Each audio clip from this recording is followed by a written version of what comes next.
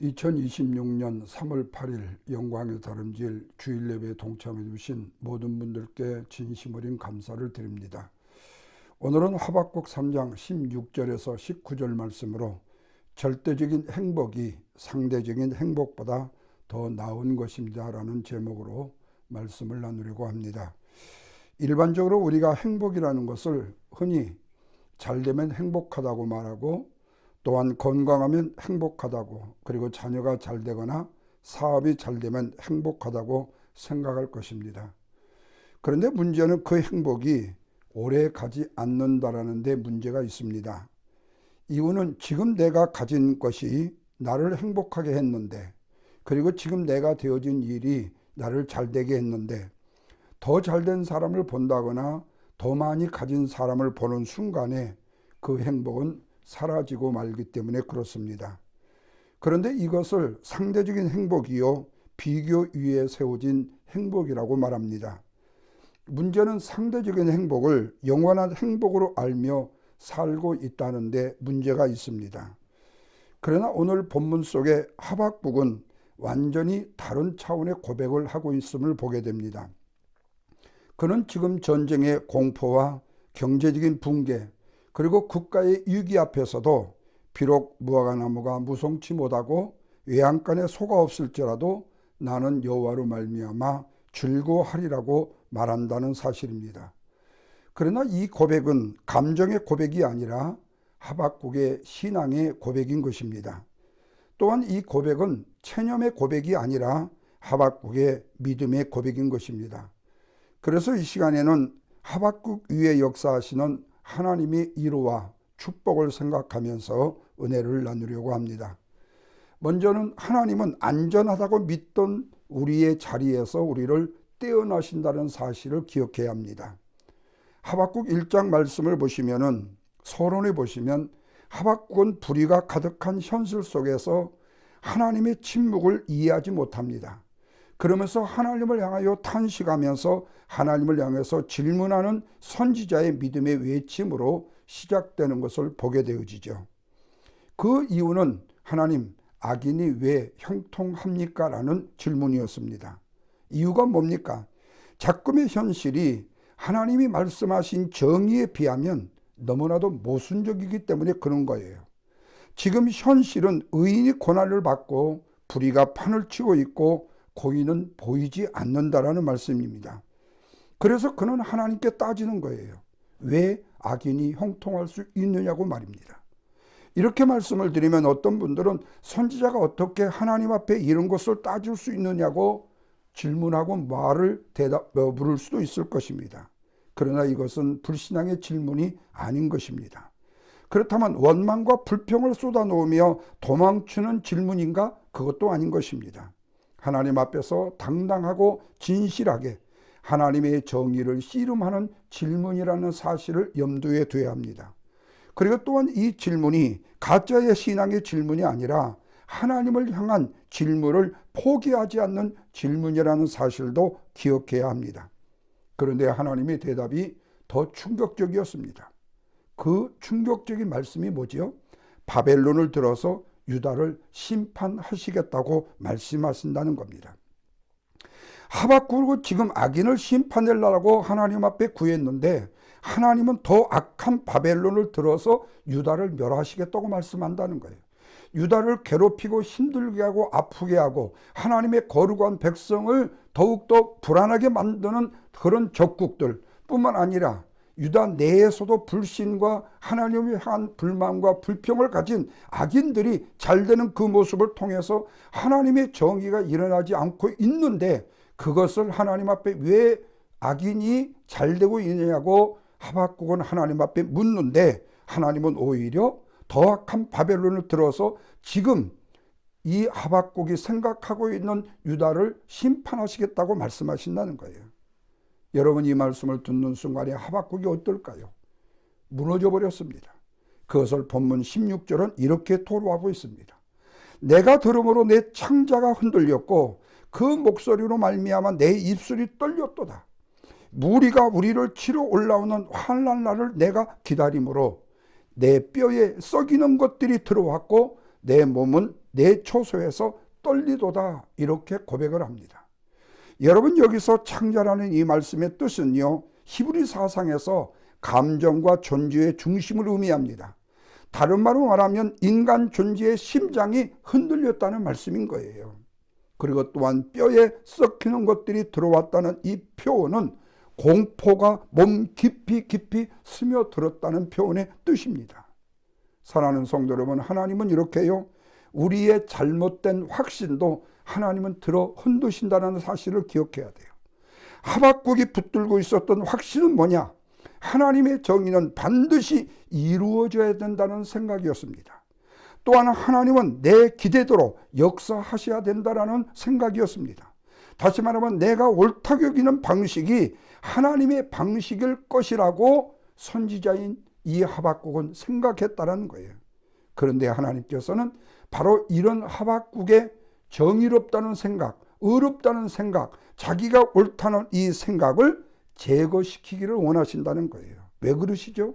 하나님을 믿는 신앙인처럼 보이지만 사실은 그것이 하나님의 뜻이 아니라 내 생각으로 하나님을 믿고 있기 때문에 그렇다는 거예요. 그래서 하나님께서는 분리라는 고통을 사용하시는 거예요.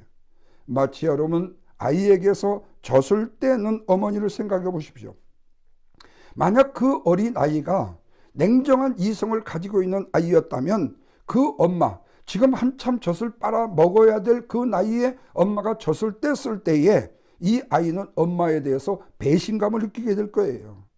그러나 반드시 그 젖을 떼야만이 단단한 식물을 먹을 수 있는 성장의 과정이기 때문에 어머니는 냉정하게 아이의 젖을 떼는 거예요.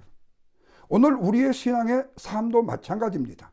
우리가 현재의 삶이 편하다, 내가 섬기는 교회가 너무나도 좋다, 그리고 이 직장이 너무나도 괜찮다, 이런 건강 정도면 나는 정말로 건강하게 살 수 있을 것 같다.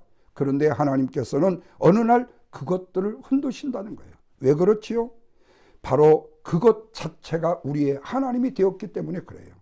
그러니까 내가 안전하고 생각했던 직장이 하나님이었고, 내가 굉장히 건강하다고 생각했던 내 육체의 건강이 하나님이었고, 그리고 내가 지금 바로 잘 섬길 수 있는 이 교회가 하나님이었다고 생각하기 때문에, 그러므로 하나님께서는 분리는 벌이 아니라 우리를 정화시키는 한 과정으로 하나님이 이끄신다는 거예요. 다시 말하면 우리의 인간에 의존하며 나타내는 이 본질적인 문제를 잘라내시는 것이 하나님의 사랑이라는 말씀입니다. 여러분, 이 사실을 우리가 좀 더 신앙의 깊이 안에 들어가지 아니하면 우리가 이 사실을 이해할 수 없어요. 왜? 내가 하나님을 믿고 잘 되는 상황이 있고 모든 것이 형통하는 상황이 있다면, 내가 하나님을 잘 믿고 의지하고 하나님 앞에 합당한 신앙의 삶을 살고 있기 때문에 잘 된다는 확신이 우리 안에 있잖아요. 그러나 우리 안에 잘 된다는 모든 일들이 다 하나님의 뜻이라고만 착각하면 안 돼요. 우리가 잘됨을 위해서 하나님 앞에 기도했을 때 그 잘됨의 응답 자체가 하나님이 우리에게 축복이 아니라 오히려 그 응답 자체, 잘 되는 그 응답이 우리를 잘못되게 만드는 요소라면 어떻게 될까요? 여러분, 마치 우리가 내 사랑하는 자녀를 기를 때에 귀엽다고 그 자녀를 옹냥옹냥 받아주게 되면 나중에 그 자녀가 버릇이 없어진다고 그러죠. 자립심과 독립심이 없어진다고 생각하잖아요. 그렇다면 어려서 주었던 그 사랑이 결국에는 성장하여 자랐을 때 스스로 독려를 하지 못하는 그런 자녀로 성장하게 되면 일평생 부모는 그 자녀 때문에 걱정과 근심을 놓을 수가 없겠죠. 마찬가지로 하나님께서 오늘 우리가 안전하다고 하는 신앙생활, 그리고 지금 현재 내가 여기에 굉장히 중요하고 이 부분은 하나님 보시기에 아름답다고 생각하는 내 생각, 그것이 내 생각일 수 있고 하나님의 생각이 아닐 수도 있다는 겁니다. 하박국은 지금 그 분리의 고통의 한가운데 서 있는 것입니다. 왜? 바로 왜 악인이 그렇게 형통하고 있느냐는 거예요. 정의로운 사람들이, 의로운 사람들이 형통해야 되는데 왜 악을 행하는 이방인들은 저렇게 형통하고 있고 하나님의 거룩한 백성은 유다는 왜 이렇게 피폐 있냐 이거예요. 그래서 하나님 앞에 그는 왜 악인의 형통을 하나님께서 허락하시냐고 주장하시는데, 하나님은 그것이 하박국의 너의 생각이라고 말하고 있다는 겁니다. 여러분, 오늘 우리의 신앙의 모습에서도 이런 모습들은 너무 많이 발견해요. 하나님께서는 우리에게도요, 건강이라는 것과 물질이라는 것과 인간관계를 잘되게 하는 가운데 들어서게 할 수도 있지만, 때로는 물질이나 건강이나 인간관계의 고통 가운데 저와 여러분을 서게 하실 때도 있다는 거예요. 뿐만 아니라 명예와 사역의 고통의 열매 가운데 서게도 하셔요. 왜? 그것이 우리의 기초가 되어서는 안 되기 때문에 그렇다는 거예요. 하나님이 기초가 돼야 되는데, 현재 내가 생활하고 있는 삶의 여정이 잘 된다고, 내가 모든 것이 이루어진 일들이 내 안에서 형통하다고 그것이 하나님이 되어버리면 안 되기 때문에, 무엇보다도 우리가 의지하는 그 모든 것 위에 세워진 행복은, 인간적인 행복은, 상대적인 행복은 무너질 수밖에 없다라는 결론입니다. 이런 면에서 여러분, 하나님의 제거 분리라는 것은 하나님의 심판이 아니라 우리를 더 은혜와 능력과 권세로 이끄시는 하나님의 아름다운 은혜인 것을 믿으시기 바랍니다. 바라기는 무너지기 전에 기초를 옮기게 하시는 하나님의 은혜에 감사해야 된다는 말씀입니다. 그래서 하나님은 두 번째로요, 우리의 무너진 자리에서 하나님 위에 우리를 다시 세우신다는 말씀이에요. 자, 오늘 본문 17절 말씀을 보시면요, 6번의 상실의 얘기가 나옵니다. 첫째는 무화과 나무가 무성치 못해요. 포도나무 열매가 없어요. 감람나무에 소출이 없어요. 밭에 식물이 없고 우리의 양이 없고 외양간에 소가 없습니다. 여러분, 지금 하박국의 이 고백이에요. 근데 이 말씀을 자세히 보시면 이것은 점진적으로 절망을 쌓아가는 표현이에요. 하나씩 묻어주신 게 아니라 한꺼번에 모든 것이 와르르 무너진다는 거예요. 그런데 더 큰 문제는 뭐냐? 이것이 단순한 농업적인 실패가 아니라 국가 경제 구조의 붕괴라는 사실이에요. 먹을 것이 없잖아요. 현지가 무너졌잖아요. 미래가 없잖아요. 재생산의 기능이 아무것도 없잖아요. 그런데 선언에서 원망적으로 말했고, 아무것도 없는 황폐라는 그 사실에서 놀라운 사실은 하박국이 이 상황을 뭐로 표현하지요? 비록 없을지라도, 가정법으로 말한다는 사실이에요. 여러분, 이 말씀을 오해해서 없어도 괜찮다는 뜻으로 생각하면 안 됩니다. 이 말의 진짜적 의미는 이것들이 다 무너져도 나는 하나님을 놓지 않겠다라는 뜻이에요. 이런 상황이 힘들고 어려워도 나는 하나님이 나를 고난자리에 서게 하셔도 나는 하나님을 놓지 않겠다는 뜻이에요. 여기서 우리는 하나님께서 하박국을 기쁨의 근거의 자리로 옮기시는 것을 보게 되었죠. 처음에는 악인이 왜 형통하냐고 하나님 앞에 질문을 했던 그가, 하나님이 자기를 하나님이 위에 세워놓으시니까 하박국의 마음속에서 이제는 기쁨의 근거로 옮겨지게 되더라는 거예요. 그래서 여러분, 세퍼레이션이라고 그러죠. 분리. 이것은 잘못된 기초를 잘라내는 것이라면, 플레이스먼트, 바로 재배치라는 것은 새로운 베이식, 기초 위에 다시 세우는 것이에요. 그래서 하나님은 이스라엘도 가진 자의 자리에서 하나님만 의지하는 자의 자리로 옮기시기 원하시는 거예요. 그럼 그 결과로 무엇이 일어날까요? 18절입니다. 나는 여호와로 말미암아 즐거워하고 나의 구원의 하나님으로 말미암아 기뻐하리로다. 여러분, 여기서 신앙의 대전환이 일어나게 됩니다. 무엇이 바뀌었습니까? 기쁨의 근거가 바뀐 것입니다. 이전은 먹을 것이 기쁨의 근거였어요. 재산이 기쁨의 근거였어요. 안정이 기쁨의 근거였어요. 오늘날 우리에게는 건강이 우리에게 기쁨의 근거였고, 오늘 우리에게 물질이 기쁨의 근거였고, 내 자식이 잘 되고 내 사업이 잘 되는 것이 기쁨의 근거였어요. 그런데 하박국이 뭐라고 말하죠? 이제는 여호와로 말미암아, 구원의 하나님으로 말미암아 기쁨의 근거가 되었다고 고백하고 있다는 사실입니다. 여러분, 여기서 여호와는 언약의 하나님을 말씀합니다. 약속을 반드시 이루시는 언약의 하나님, 그리고 구원의 하나님은 출애굽의 하나님입니다. 역사 속에서 실제로 우리를 건져내시는 하나님. 그래서 하박국은 지금 막연히 이 고백을 하는 것이 아닙니다. 기억 속에서 구원하시는 하나님을 굳건하게 붙들고 있는 거예요. 바로 그것이 행복의 근거로 바뀌어진 겁니다. 경제적인 구원으로, 소유에서 언약으로, 그리고 언약에서, 그리고 상황에서 하나님 자신으로 재배치되는 것을 의미하고 있습니다. 왜냐하면 우리의 기쁨의 근거가 어디에 있는지를 하나님은 우리로 하여금 드러내기를 원하시기 때문에, 그래서 하나님의 재배치는 하나님이 하박국을 저 밑으로 낮추시는 것이 아니에요. 그 목적이 아니에요. 재배치의 본질, 플레이스먼트의 본질은 기초를 옮기는 것이 목적인 것입니다. 행복의 무엇이 나라에 달려있지 않기 때문에, 누구에게 속해 있느냐가 달려있기 때문에. 그러자 하박국은 18절에서 다시 이렇게 선언합니다. 나 여호와로 말미암아 즐거워하리라고요. 말씀드렸어요. 상황은 변하지 않았어요. 위치만 바뀌었을 뿐입니다. 그런데 그 위치가 바뀜으로 말미암아서 기쁨의 근거도 바뀌더라는 거예요. 사랑하는 성도 여러분, 하나님께서는요, 우리를요, 우리의 상황에서도 하나님의 기쁨으로 재배치를 하시기를 원하신다라는 것은 우리의 환경을 변화시키는 것이 아니라 근원을 변화시킨다라는 사실이에요. 혹시 저와 여러분의 삶 속에 잃고 있는 것이 있다고 생각되십니까? 혹시 무너진 것이 있다고 여겨지십니까? 그것은 하나님의 재배치의 과정이라는 사실을 믿으시기 바랍니다. 하나님은 우리를 가진 자만으로 그냥 그대로 방치하지 아니하시고 하나님을 붙드는 자로 세우기를 원하시기 때문에 그렇습니다. 그래서 나는 여호와로 말미암아 즐거워하리다, 이런 고백을 하게 하신다는 거예요. 바라기는 저와 여러분의 삶 속에도 기쁨의 근거가 현재 저와 여러분에게 주어진 좋은 상황, 환경이 아니라 하나님이 될 수 있기를 주님의 이름으로 축원합니다. 마지막 세 번째로는 하나님은 환경을 없애지 않으시고 우리의 위치만 높이신다는 거예요. 자, 하박국의 생각에 하나님의 공의는 뭐 있죠? 악인은 절대로 형통해서는 안 된다는 것이 하박국의 생각이었잖아요. 그래서 하나님 앞에 질문을 했잖아요. 그러나 하나님은 그대로 그 상태로, 하박국의 그 상태로 끝내신 것이 아니라 19절에 뭐라고 그랬죠? 주 여호와는 나의 힘이 되게 하신다라는 말씀을 고백을 하게 하신다.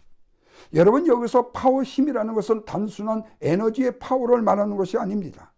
잠깐 버티게 해주는 체력도 아닙니다. 이 힘은 존재를 지탱하게 해주는 근원이에요. 근원. 존재를 지탱하게 해주는 근원. 다시 말하면 하나님 안에 내가 서 있는 기초인 것이고 무너지지 않는 토대가 주 여호와가 되신다라는 말씀의 뜻이에요. 그러기에 여러분, 여기서 중요한 것은 이것입니다. 지금 상황이 변하지 않았잖아요. 바벨론이 유다를 침공하지 않아서 아직 전쟁은 오지 않았어요. 그러나 경제는 여전히 붕괴된 상태입니다.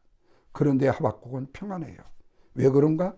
기초, 베이식이 바뀌었기 때문에, 마인드, 생각이 바뀌었기 때문에, 그리고 그 생각이 이전에는 원망과 불평이듯 질문으로 악인이 왜 형통하냐고 말했는데 이제는 하나님이 자기를 구위에 세우시니까, 하나님이 주시는 기쁨의 근거가 되니까 그 기초가 바뀌었기 때문이에요.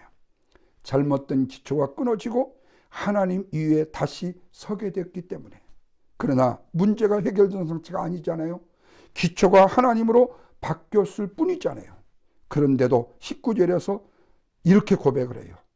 나의 발을 사슴과 같게 하사 나를 나의 높은 곳으로 다니게 하시리로다. 여러분, 사슴은 평지로 뛰는 동물이 아닙니다. 유기 속에서도요, 미끄러운 절벽으로 오르는 동물이에요. 여기서 높은 곳이라는 것은 두 가지 의미를 가집니다. 첫째는 승리자의 포지션, 승리자의 자리다. 둘째는 시야가 넓어지는 자리다. 말씀을 드렸다시피 하박국은 환경적으로 높은 곳에 간 것이 아니잖아요. 전쟁이 끝난 것도 아니고 형편이 회복된 것도 아니에요. 그런데 하나님께서 하박국을 영적인 높은 자리로 올리셨다는 말씀이에요. 여기서 진정한 평안은 문제가 사라진 상태가 아니라 하나님이 나의 힘이 되신다라는 확신 속에 거하는 상태, 바로 이것이 힘이다. 그렇다면 우리가 왜 절대적인 행복을 누리지 못하는가는 확실합니다. 세 가지로 요약할 수 있습니다. 첫째는 욕심 때문입니다. 빌립보서 4장 11절 말씀에 사도 바울은 그랬어요. 내가 자족하기를 배웠다고요. 자족은요, 자동적으로 생기는 것이 아닙니다. 배워야 하고 훈련해야 이루어지는 것이에요. 욕심은 끊임없이 더 많은 것을 요구합니다. 그러나 더 가지게 되면 평안할 것 같지만 더 가지면 분화지는 것이 바로 욕심인 것입니다. 이런 면에서 평안의 안식이라는 것은 더 많은 것을 소유하는 데 있지 않다. 하나님이면 충분하다는 고백에서 시작됨을 믿으시기 바랍니다. 두 번째는 비교의식 때문입니다.